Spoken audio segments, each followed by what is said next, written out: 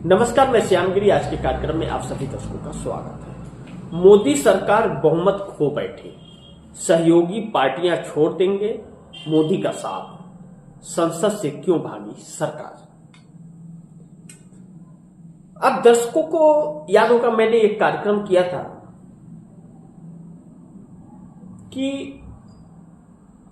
Bharatiya Janata party का कोई मंत्री राज्यसभा में नहीं आया था, विपक्ष हमलावर था और बगैर कैबिनेट मंत्री के मौजूदगी में जो सदन का नेता हो या उसके स्थान पर कोई आया हुआ आधिकारिक व्यक्ति हो, कैबिनेट का मंत्री हो, जो विपक्ष के सवालों का जवाब दे सके, सुन सके, न रहे, तब तक सदन नहीं चलता है।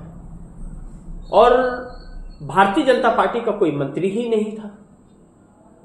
राज्यसभा से सारा कैबिनेट भाग खड़ा हुआ था, चेहरा नहीं दिखा पा रहा था, विपक्ष हमलावर था।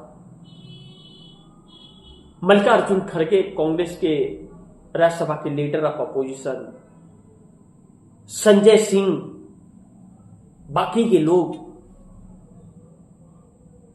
हमलावर थे। अब जब नहीं आया तो उपराष्ट्रपति सीपी राधाकृष्ण बुलाते रहे, मंत्री जी आते जाइए, मंत्री जी आइए, तो प्लीज आइए। कोई नहीं आ रहा, चेहरा ही नहीं दिखा रहा है विपक्ष। ऐसे में 10 मिनट के लिए राज्यसभा को स्थगित करना पड़ा था। राज्यसभा को स्थगित करना पड़ा। उसके बाद चेहरा मुरझाया हुआ था, आए लोग तो। लेकिन अब रामलीला मैदान में जो रैली मोदी की हुई, राहुल गांधी की हुई, राहुल गांधी की रैली में आई भीड़ और उस रैली में एक नारा लगा, मोदी तेरी कब्र खुदेगी। इसको लेकर के जेपी नड्डा राज्यसभा में बहस करने लगे, विपक्ष हमलावर हो गया। इसका मतलब साफ था कि सरकार सदन नहीं चलने देना चाहती थी, क्योंकि कांग्रेस के मंच से नहीं बोला गया, कांग्रेस के किसी नेता ने नहीं बोला। हालांकि बोल भी देते तो क्या फर्क पड़ता, मोदी से तो कम ही था। मोदी तो पता नहीं क्या क्या बोल जाते हैं। तो ऐसे में राज्यसभा और लोकसभा दोनों स्थगित हो गए। लेकिन मोदी सरकार जो बेचैन है और बार बार सांसदों की बैठक बुला रही है, मोदी सरकार को यह एहसास हो गया है कि उसके पास बहुमत नहीं है और उसके सहयोगी दल उससे दूरी बना रहे हैं, कभी भी झटका दे सकते हैं। अब ऐसे में समीकरण भी वह बन रहे हैं कि जो सहयोगी पार्टियां हैं वह मोदी का साथ छोड़ देंगे, तो मोदी का साथ छोड़ देंगे तो बहुमत खो बैठे।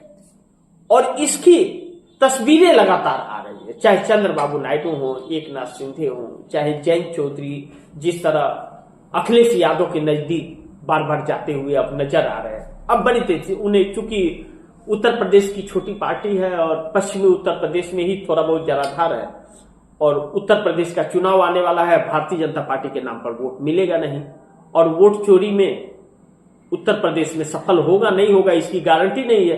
अब योगी आदित्यनाथ ही जब कहते हैं कि 4 करोड़ वोट कट गए हैं, तो फिर सहयोगी पार्टियों के लिए दिक्कत तो है, वह भाजपा के वोट कटे हैं। तो भाजपा अपने सीट के लिए तरसेगी, तो जयंत चौधरी को कहां से जिताएगी, अनुप्रिया पटेल को कहां से जिताएगी। तो अनुप्रिया पटेल या जयंत चौधरी या ओम प्रकाश राजभर या संजय निषाद, जो भी सहयोगी है, वह दूरी बना रहे हैं। तो नरेंद्र मोदी के लिए फिर दिक्कत आ जा रहा है। अनुप्रिया पटेल गई तो 1 सांसद है, जयंत चौधरी गए तो 2 सांसद है, 3 सांसद गायब हो जाएंगे। महाराष्ट्र में उधर एकनाथ शिंदे 7 सांसद के साथ में गायब हो रहे हैं, तो 7 और 3 10 हो गए, और उधर 18 चंद्रबाबू नायडू ले डूबेंगे। तो इतने में तो मोदी सरकार का बैंड बच जाएगा। तो नीतीश का क्या ठिकाना, नीतीश के लोगों का क्या ठिकाना। वो 2 नाव में पैर रख करके पहले ही बैठे हुए हैं। जो बचाने वाला रहेगा उसी के साथ चले जाएंगे, जो डूबने वाला होगा उसको छोड़ देंगे।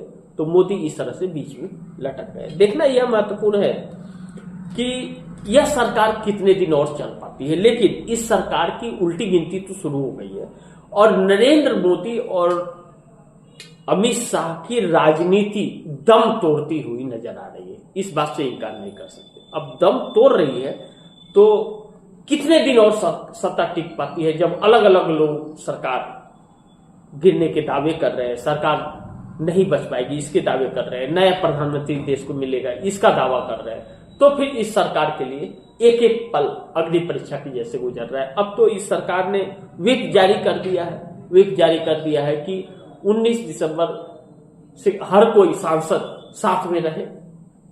अब देखना यह है कि सफलता मिलती है सरकार को या नहीं मिलती है, या सरकार गिर जाती है। विपक्ष तो हमलावर है ही, लेकिन सहयोगी दल अब दूरी बना रहे हैं, जैसे लग रहा है कि छोड़ देंगे मोदी का साथ। तो इसी के साथ आप दर्शकों से इजाजत चाहूंगा, लेकिन आप दर्शकों की क्या राय है, क्या सुझाव है, कमेंट बॉक्स में जरूर दीजिएगा। इस खबर को ज्यादा से ज्यादा शेयर कीजिएगा, अपने दोस्तों को भी कहिएगा आगे शेयर करें। आपने अगर चैनल को सब्सक्राइब नहीं किया सब्सक्राइब कर दीजिए, अपने दोस्तों को भी कहिएगा चैनल को सब्सक्राइब करें। मिलते हैं अगली खबर के साथ, तब तक के लिए नमस्कार।